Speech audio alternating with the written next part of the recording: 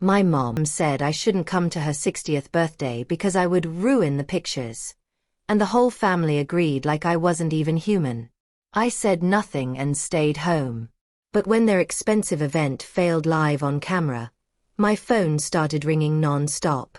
3 hours later, I saw 85 missed calls. My mother's message came on a Tuesday afternoon, 2 weeks before her birthday. A simple text. No hello. No softness. Just a sentence written with the sharpness of a blade. You don't need to come to my 60th, Clara. You'll ruin the pictures. I stared at the screen for nearly a full minute, my fingers numb. The words didn't make sense at first, or maybe they did, and I just didn't want to believe them. My mother had never been warm, but this felt different. This felt deliberate. She didn't follow it with a sorry or an explanation. Just firmer instructions in a second message. The whole family agrees. It's better this way. Better for who?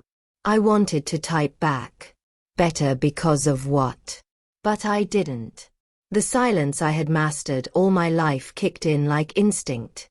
Instead of asking anything, I placed the phone face down on the table and took a deep breath. It was only a birthday. Only a picture. Only a family that had never cared. Or that's what I tried telling myself. But that night, while I lay in bed staring at the ceiling, the truth gnawed at me. They didn't want me there because they didn't see me as part of them at all. The next morning, I woke up to a family group chat buzzing with excitement. Pictures of venue decorations, menus, matching outfits, and hair appointment bookings filled the chat. They were all discussing colors and themes, and not a single person, not my mother, not my sisters, not my cousins, asked where I was or why I wasn't participating. They had erased me effortlessly. I muted the chat for a full year. Over the next 2 weeks, I went about my life quietly. I worked my shifts at the little boutique where I'd been assistant manager for almost 4 years. I helped customers pick dresses for events I would never be invited to. I took inventory, folded clothes, locked up at night. Nothing changed. No one asked if I was okay. No one from my family checked in. The day of her birthday arrived faster than I expected. On the morning of the event, I woke up earlier than usual. Maybe it was the tension sitting on my chest. Maybe it was the habit of preparing for things even when I wasn't invited. Either way, I found myself sitting at the edge of my bed, staring at my phone. No messages. No last-minute reconsideration. Nothing. So I stayed home. I cooked myself something simple, noodles with vegetables, and spent most of the day cleaning my tiny apartment. I tried to distract myself with music, but even my favorite songs felt sharp against my ears. Every now and then, my mind drifted to the party. Were they having fun? Were they laughing? Did they take a group picture, one that looked better without me? Around 5 p.m., I finally opened social media. I shouldn't have done that. The first thing I saw was a live video labeled Mom's Big 60th. It was being streamed by my older sister, Helena. My thumb hovered over the screen. I didn't want to watch it, but something in me, maybe the last shreds of curiosity, maybe the part of me still foolishly longing for inclusion, made me tap it. The video opened with a glamorous hall decorated like a royal banquet. Gold balloons shaped into the number 60. Matching red and gold outfits. A live band. Everything looked expensive and loud, exactly the way my mom liked her life to appear. People were dancing, laughing, posing for pictures. Then the camera swung to the front where my mother stood surrounded by a crowd, smiling wide enough to swallow the world. Helena said loudly, "Look at our queen. The whole family is here." My chest tightened. The whole family. Except me. I closed the video instantly. I didn't cry. Not then, anyway. I just sat still, the silence in my apartment suddenly feeling too loud. My stomach twisted with a mixture of hurt, anger, and a strange clarity. Something in me snapped, but not in a dramatic way. It was gentle, quiet, the release of something that had been stretched too thin for too long. I whispered to myself, "Never again." Around 7 p.m., while washing dishes, my phone buzzed. Then buzzed again. And again. At first, I ignored it. Spam calls, maybe. But the buzzing didn't stop. It grew frantic. My phone vibrated continuously as if someone were calling in sheer panic. I dried my hands on my shorts and grabbed the phone, ready to silence whatever was happening. But when I turned it over, I froze. 20 missed calls, all from family members.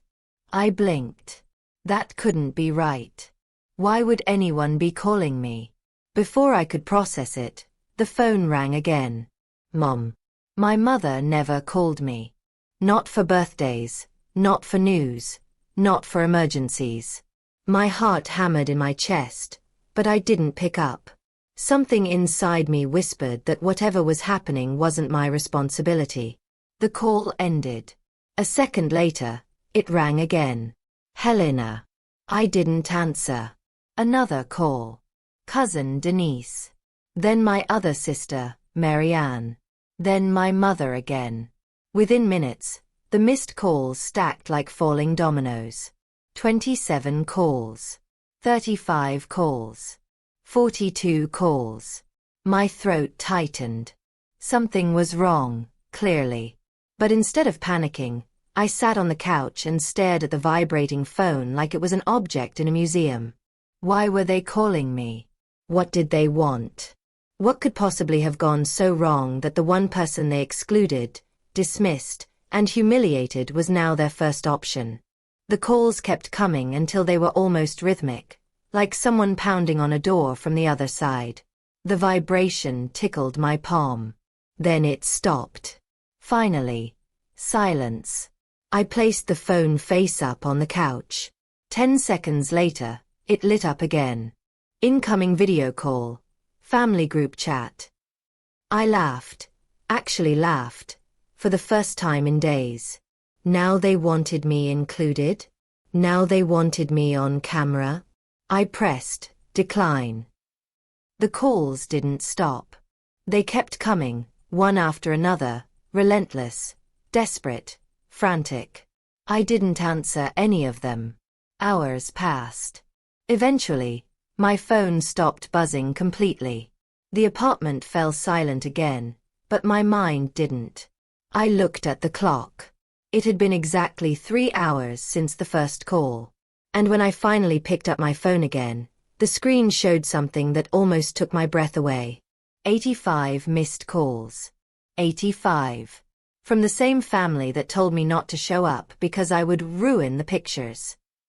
I didn't know what had happened at the party, but for the first time in my life, they needed me, and I was unavailable. And God, it felt powerful.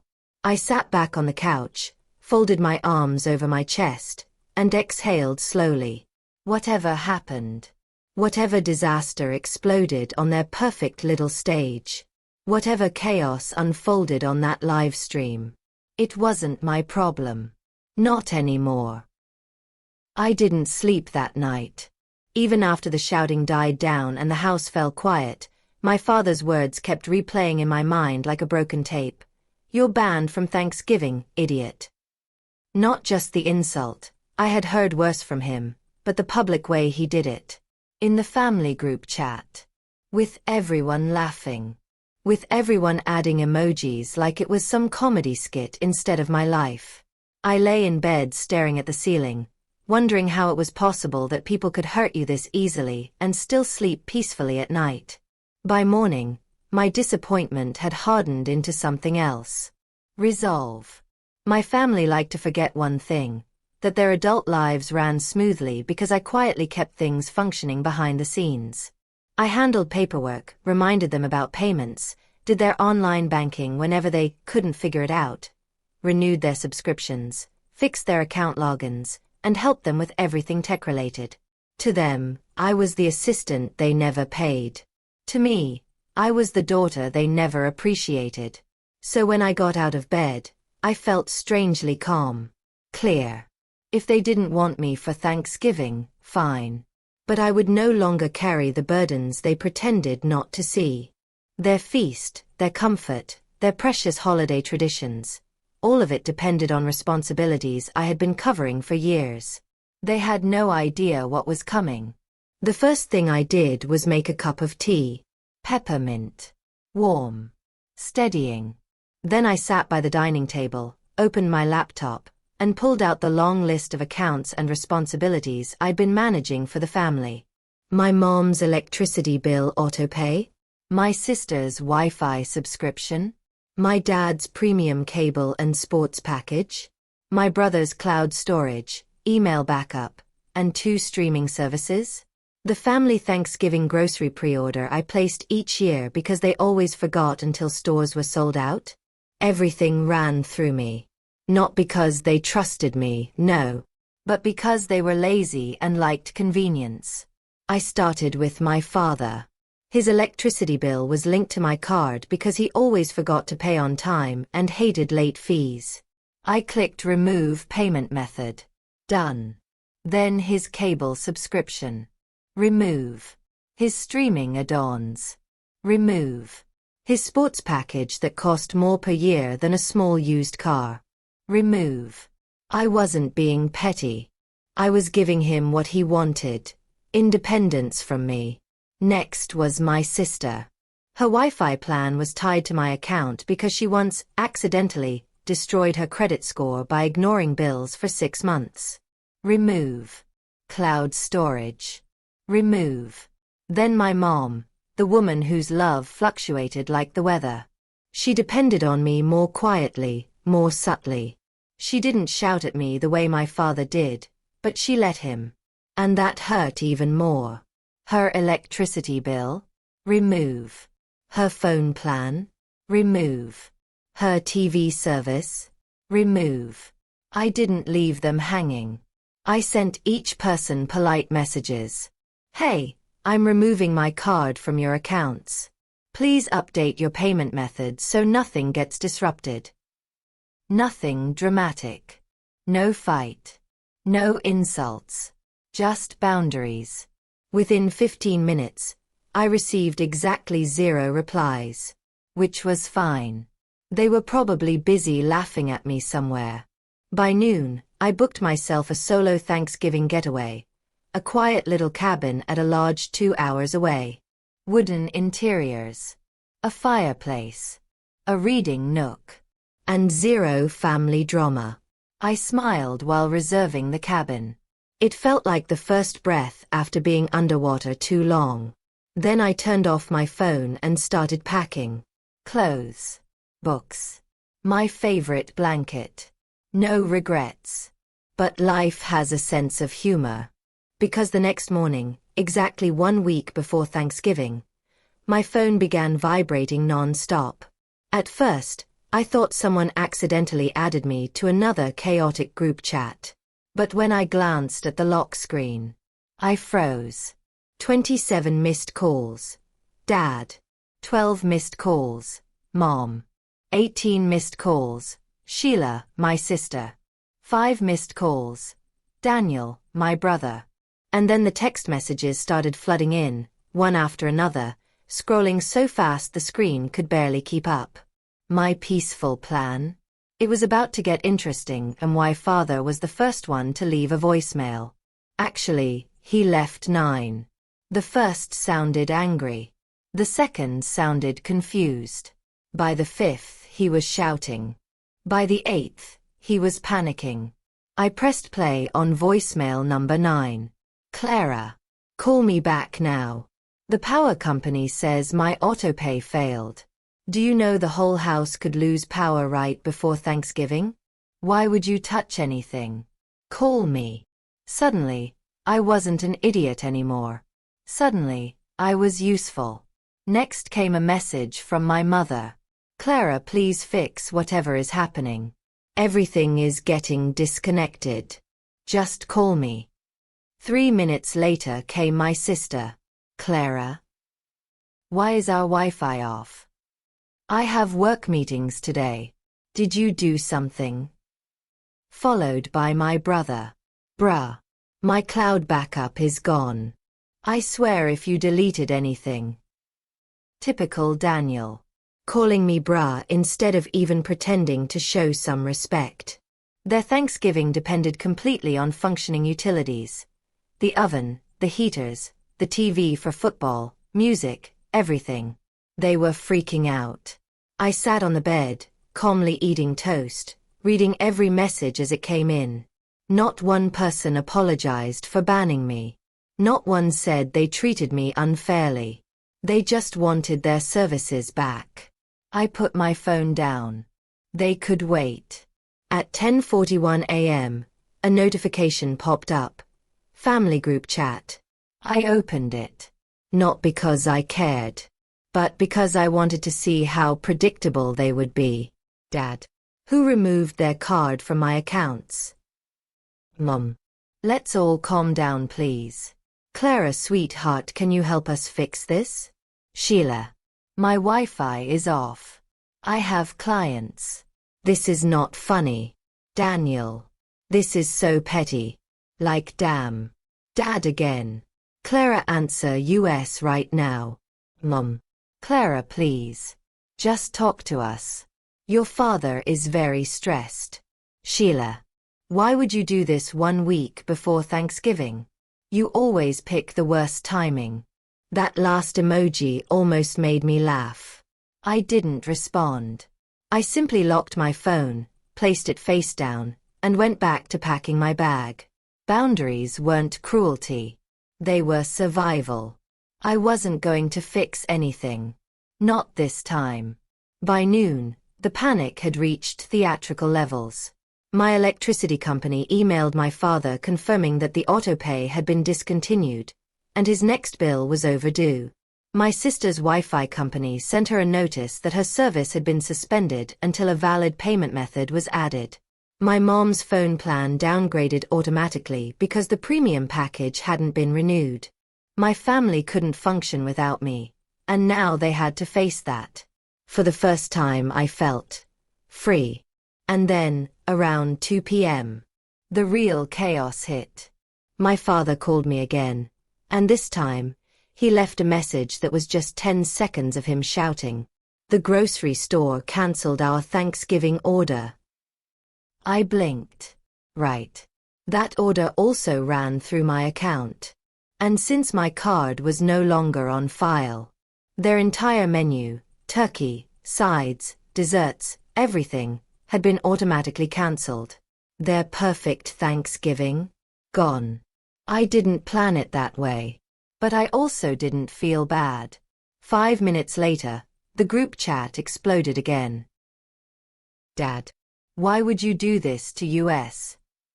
Mom. Clara, this is not okay. You've put us in a very difficult position. Sheila. Now we have to shop for everything last minute. Do you know how stressful this is? Daniel. Just put your card back, please.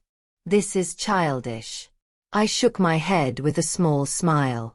These people truly did not understand the meaning of boundaries. At 3:12 p.m., my dad sent one final message to the group. Everyone stop calling her. She wants attention. We will figure this out ourselves. Then he removed me from the chat. I stared at the screen. Removed. Again. Discarded like nothing. I wasn't hurt this time. I was done. I zipped my suitcase, grabbed my keys, and left the house. The cabin awaited.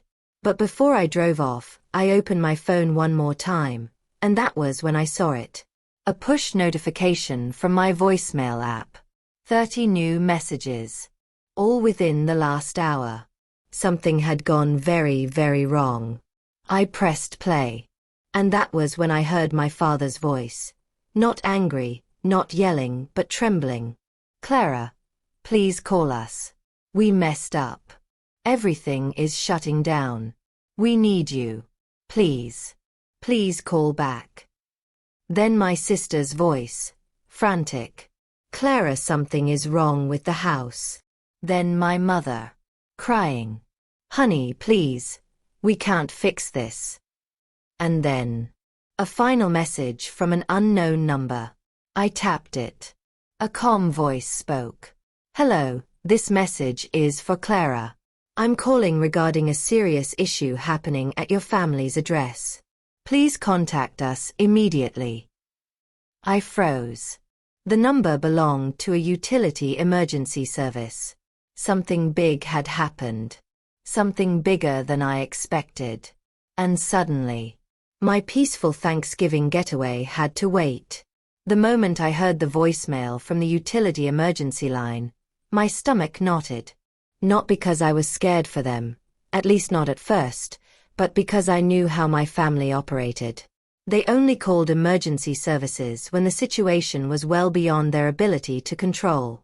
And if they had called someone, it meant chaos had finally caught up with them. I hit redial. A woman answered almost immediately. "Utility emergency dispatch. How may I help you?" "Hi, this is Clara. I received a voicemail about my family's address." There was a small pause. Then the woman's tone softened, almost relieved. "Oh, thank goodness. We've been trying to reach someone with authorization. Are you the primary account holder?" "Primary account holder. For all of them?" "Yes," I said. "I am." She sighed. "Ma'am, your parents' house is experiencing a full electrical service interruption. They won't be able to restore power until a payment method is updated. We've explained this to the person who called us, but he insists you handle all the finances." I closed my eyes. Of course he did. "Is the house currently without electricity?" "Yes, ma'am. And because they rely on electric heating, we strongly advise restoring service as soon as possible." I nodded, even though she couldn't see me. "I understand. Thank you." Before hanging up, she added, "They sounded distressed. You may want to check on them." Distressed. My father, the man who once told me crying was for weak people, was distressed. I ended the call and sat quietly in my parked car, hands gripping the steering wheel. I didn't want to go there. Not after how they treated me. Not after banning me publicly like a nuisance. But I also wasn't heartless. There was only one thought in my mind. If they truly needed help, did I owe them anything? I didn't have an answer yet. But I turned the key in the ignition anyway. The closer I got to my parents' house, the more my chest tightened. Every childhood memory, every insult disguised as advice, every moment I swallowed hurt, all of it came back like a flood. And underneath it all was this strange, nagging guilt. Not because I'd removed my card, but because I had spent so many years being the person who always fixed everything. I didn't know how to not care. When I turned onto their street, the first sign something was wrong was the number of cars in the driveway. My mom's, my dad's, my sister's, my brother's, all home, all gathered, all in full panic mode, apparently. As I parked, I noticed something else. The house was dark. No porch light. No glow from the living room. Nothing but shadows. Good grief. They had managed to plunge the house into a literal blackout. Before I even reached the front steps, the door flew open. My sister Sheila stormed out like a hurricane. "There you are," she snapped. "Do you have any idea what we're dealing with?" I walked past her without responding. Behind her stood my mother, wringing her hands, eyes red from crying. "Oh, Clara. Thank God. Come inside, please." My father was in the living room, pacing like a lion trapped in a cage. He looked up when he saw me. But for the first time in my life, he had no insults. Just anger layered with fear. "Clara," he barked. "This is not funny. Fix it." There it was. Not "please help." Not "we're sorry." Just fix it. I took a slow breath. I told all of you in the messages, you needed to update your payment methods. My father flung his hands in the air. We don't know how to do all that online nonsense. My brother jumped in. The house is freezing. My laptop died. The food in the freezer is going bad. What kind of daughter does this? Daughter. Now suddenly I was one. My sister added loudly. We have Thanksgiving in a week. How could you sabotage us like this? Sabotage. That word sent a chill down my spine. I stepped back. So you think I did this to you? My father scoffed. Of course you did. You always overreact. Unbelievable. I stared at them, really stared, and for the first time, I didn't see a family. I saw 4 adults who used me, who only valued me for what I could do, who never asked if I was tired, or hurt, or overwhelmed, only if I was available. My voice came out quiet, steady. I didn't sabotage you. I simply removed myself from responsibilities that were never mine to carry. My mother stepped forward, whispering, Clara, sweetheart, we need you right now. She reached for my hand, but I pulled back. You only need me when things fall apart. Never when I'm hurting. Not when you banned me from Thanksgiving. Not when you laughed at Dad insulting me. Only when you're inconvenienced. Their faces shifted, not with remorse, but frustration. My father snapped. Are you going to stand here lecturing us, or are you going to fix the damn power? My jaw tightened. There it was. The real them. No apologies. No accountability. Just entitlement wrapped in panic. I finally understood something. This wasn't my emergency. It was theirs. But before I could decide what to do, my father's phone rang. He glanced at the screen and answered. Yes. Hello. What do you mean another issue? Another issue. My mother grew pale. What happened? My dad's eyes widened. What? No. That can't be. What do you mean the property tax payment failed? What do you mean the city is flagging us for delinquency? The account was always paid on time. My heart stopped. Property tax. They had linked that to my account too? My father hung up and turned to me like a storm ready to strike. You removed payment for that too? I nodded. Of course. It wasn't my responsibility. He stepped closer, voice trembling with rage. You have embarrassed this family. Now the city is threatening a lien on this house. My mother gasped. My sister covered her mouth. My brother swore under his breath. And then my father did something he had never done before. He slumped into the couch. Not angry. Not yelling. Just defeated. We're screwed, he muttered. Everything is falling apart. For the first time, I saw fear in him. Real fear. But I also saw something else in his eyes. Blame. Directed at me. Always me. And that was when I realized. Even if I fixed everything today, nothing would change. They would go right back to treating me like a tool. I was done being the family's crutch. The question now was simple. Would I help them? Or finally walk away?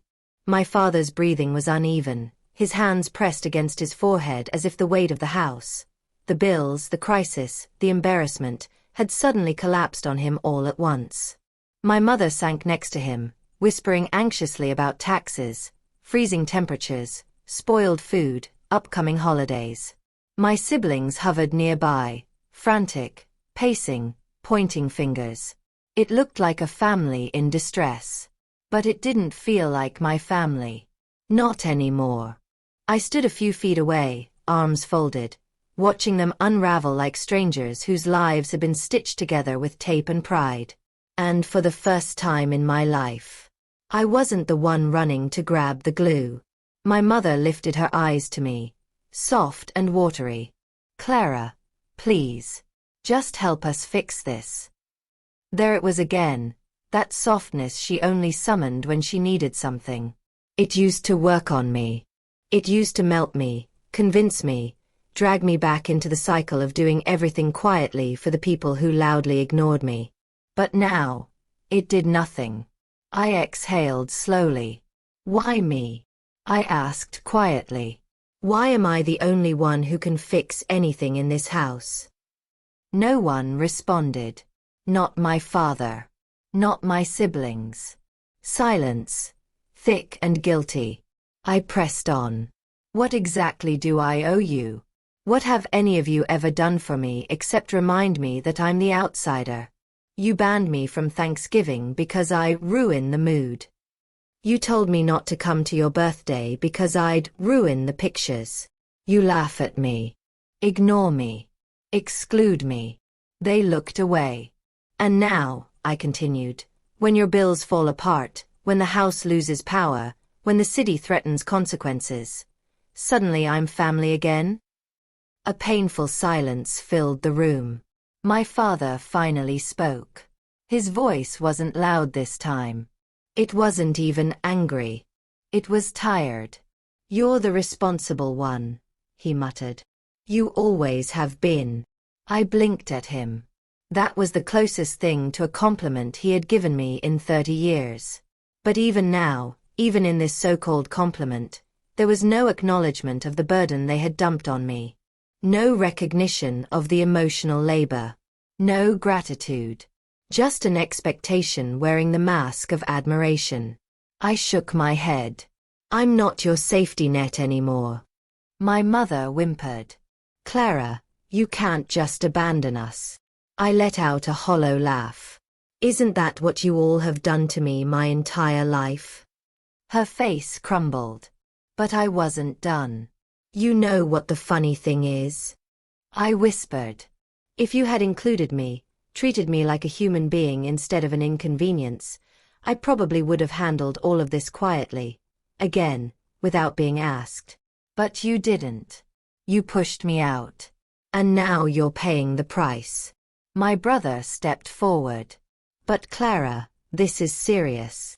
I know, I said calmly. But it's not my emergency. He looked stunned. But you can fix it. Exactly. I tilted my head. And that's why you're panicking. I started walking toward the front door. My father stood up instantly. Where are you going? Home. You can't leave us like this, he snapped. I turned and stared at him. Really stared. You've left me like this my entire life. Then I reached for the doorknob. Clara! My mother screamed behind me. My sister rushed forward and grabbed my arm. You can't just walk out. The house is freezing. The tax office is threatening a lien. The kids are coming tomorrow. We can't host Thanksgiving like this, and Mom's birthday dinner leftovers are all thawing. She was spiraling. Good. Maybe now they'd feel even a fraction of what they made me feel for years. I gently pulled my arm free. You'll figure it out, I said. You're all very capable people.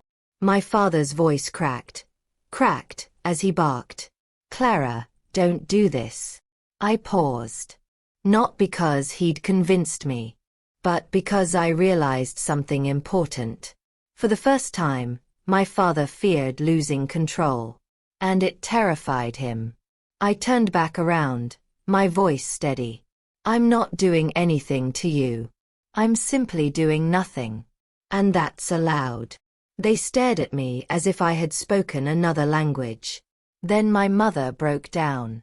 The woman who had always been pristine, composed, put together, sank to her knees on the living room floor. Clara, she whispered. I'm sorry. I froze. I had waited my whole life to hear those words. But now that they were here, they felt small, thin. Too late. Still, I turned around. What exactly are you sorry for? She hesitated. For telling you not to come to the birthday. And for excluding you sometimes. Sometimes. My voice sharpened. Mom, you've excluded me my entire life. Not sometimes. Not occasionally. Consistently. Intentionally. She said nothing. Because she had no argument. I looked at my siblings. Any of you want to apologize? Or are you just hoping I'll give in? None of them spoke. That was all I needed to know. I turned back to the door. Just as I reached for the handle again, my father shouted, "If you walk out, don't come back." Ah, there it was. The ultimatum of a man who had never learned how to say, "Please." I didn't even turn around. "Perfect," I said softly. And then I opened the door. Cold air rushed in from outside. I stepped into the doorway, but before leaving completely, I spoke one last time. For the record, all of this, the power outage, the taxes, the chaos, could have been prevented with one simple thing: respect. You didn't give it. And now I'm done. I walked out and closed the door. Their muffled voices rose instantly. Frantic, arguing, blaming each other, shouting my name, shouting orders, shouting fears. But they didn't chase me. They couldn't. For the first time ever, I had walked away. And they had no power over me. As I drove, my phone buzzed with texts. Then calls. Then voicemails. Messages pleading. Messages accusing. Messages yelling. Messages begging. I muted them all. This wasn't cruelty. This was liberation. I had spent my entire life stepping in, solving everything, absorbing every emotional burden. And now, with a single decision, I had returned all of it back to its rightful owners. The road stretched ahead in a long, quiet line. The night air was still. My breathing was calm. For the first time in decades, my heart felt light. When I reached my apartment, I walked inside, turned on the heater, made myself tea, and curled up on the couch with a blanket. Peace, unfamiliar and warm, settled over me. Then I checked my phone. 85 missed calls. 43 unread texts. 19 voicemails. And counting. I didn't listen to a single one. I placed the phone face down, took a sip of tea, and whispered to myself, "They'll figure it out." Because they would. Just not with me. Not anymore. The next morning, I woke up to the quiet hum of my apartment. The tea I'd left on the table the night before had gone cold, but it didn't matter. I felt rested in a way I hadn't in years. Not because I had escaped my family's drama, though that was certainly part of it, but because for the first time I had reclaimed myself. My boundaries, my choices, my life. They were mine alone. For a moment, I allowed myself to imagine what my family was going through. The frozen turkey in the fridge. The unheated house. The city threatening Aline. Their screams and shouts at one another echoing in every empty corner. Maybe the Wi-Fi had gone down completely. Maybe the Thanksgiving grocery orders had been lost forever. I smiled faintly. Not out of malice. Not because I wanted to punish them unnecessarily. But because they had ignored me, excluded me, and treated me like I was invisible for decades. Now, in their moment of need, they had to face the consequences of their choices. Consequences they had ignored until the very last moment. I didn't envy them. I didn't even fear their anger. I had done nothing wrong. I had simply stopped being the crutch, the unpaid caretaker, the invisible daughter who always carried the weight of a family that never thanked her. For once, the universe had shifted the balance. And yet, a part of me knew this wasn't over. By mid-morning, my phone began buzzing. I ignored it at first, keeping it face down on the table. But the buzzing didn't stop. Texts, calls, voicemails. I didn't need to see the numbers to know who they were. Then, the unexpected happened. A message from my mother. Clara, please. We need you. I realize we've treated you horribly. Please help us. Mom. I read it once. Then twice. Then let out a small, ironic laugh. Her tone had changed. Gone was the arrogance, the entitlement, the certainty that she could exclude me without consequence. Now, there was humility. Now there was fear. Now, there was a plea. My thumb hovered over the reply button. 4 years, I would have written back instantly. 4 years, I would have thrown myself into the chaos, patched everything together, forgiven them silently while they continued to disregard me. But not this time. I didn't reply. Instead, I sat down at the table, opened a notebook, and began writing. Not a plan for fixing their problems. Not a list of all the ways I had been wronged. No, I began to write for myself. Lists of boundaries, goals, dreams, things I wanted to do that didn't involve anyone else's demands or drama. For once, the center of the story was me. By late afternoon, the reality of their situation began to filter through the neighborhood. Our house was a well-known property in the area, and apparently, news travels fast when everything is in chaos. I could hear snippets of neighbors' conversations as I opened my window. Did you hear about the Johnsons' Thanksgiving disaster?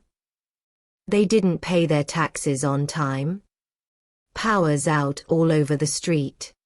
It was surreal. Their pride, their image of perfection, now shattered. And it had nothing to do with me, really.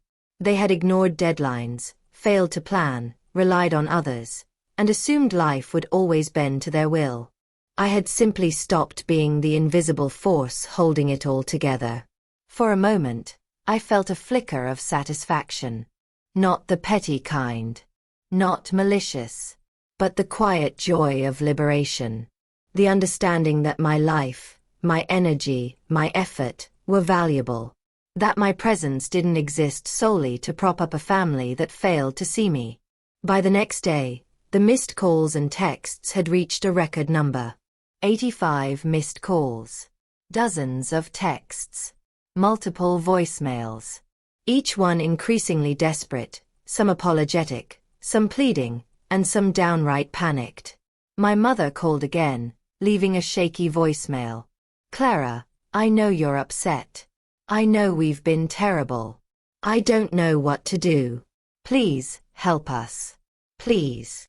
I didn't respond. I listened, then deleted it. My father's calls were shorter this time. Anger had given way to defeat. My siblings vacillated between blame and panic. At this point, I realized something I hadn't before. Their true fear wasn't the bills, the power, or the looming lien. It was the realization that they had lost control. And for the first time in decades, that loss wasn't going to be remedied by me. Later that evening, I sat on my balcony, watching the city lights flicker in the distance. The cold wind ruffled my hair, and I felt the tiniest smile creep across my face. I thought of my mother's birthday, the 60th she tried to celebrate without me. The family Thanksgiving they had tried to exclude me from. All the countless times I had been told I wasn't important, wasn't seen, wasn't wanted. And then I realized something. This wasn't revenge. Not exactly. This was justice. Balance. A lesson they would remember. Not because I wanted to punish them, but because I finally stood up for myself. Because I finally stopped letting their disregard dictate my life. I didn't need them to apologize, though I had heard their words by now. I didn't need them to recognize my worth, though perhaps they had glimpsed it fleetingly. I only needed to know that I could say no, that I could step back, and that my life didn't revolve around their convenience. And for the first time I felt truly free. Over the next few days, news reached me through occasional text updates from neighbors and the few family members brave enough to send a polite, almost ashamed message. Their Thanksgiving preparations were ruined. The house had suffered minor damage from unmonitored appliances. Grocery stores had cancelled and restocked, leaving nothing available last minute. And the tax lien? That was now the top priority for my father, who finally realized my absence was more than symbolic. Every message I received, a blend of apologies, pleas, and frantic questions, reminded me of one thing. I mattered. Not because they said so. Not because they acknowledged me. Not because they finally realized they couldn't function without me. But because I had decided that I mattered to myself. I didn't answer any of their messages. I didn't return the calls.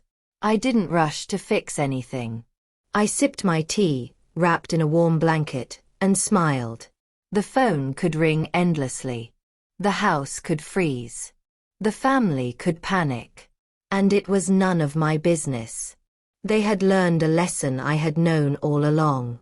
You can't take someone for granted forever. And sometimes, letting life unfold without your constant intervention is the most powerful revenge of all. By the weekend, I had booked a small trip out of the city. Not a getaway to escape them, though I did enjoy the thought, but a journey toward myself. I didn't pack their problems with me. I didn't bring guilt. I didn't carry their expectations. For the first time in years, I was free to live my own story. As I walked through the quiet streets of a nearby town, I thought about the phone buzzing endlessly back at home. I imagined them scrambling, talking to utility companies, rescheduling everything, panicking over bills, groceries, and preparations. And I smiled. Because I had discovered the truth. My presence in their lives was optional. My effort was a gift, not a requirement. And their chaos, however loud, dramatic, or inconvenient, was now entirely theirs to handle. For the first time, I felt the weight of decades lift from my shoulders. For the first time, I felt the power of my own choices. I wasn't just Clara, the overlooked daughter anymore. I was Clara, someone who finally realized her worth. Someone who could walk away from toxic expectations and still thrive. Someone who understood that letting go was not weakness, but strength. And somewhere deep inside, a tiny voice whispered, "They'll remember this. And when they do, it won't be the chaos that scares them. It'll be the fact that you finally stopped showing up."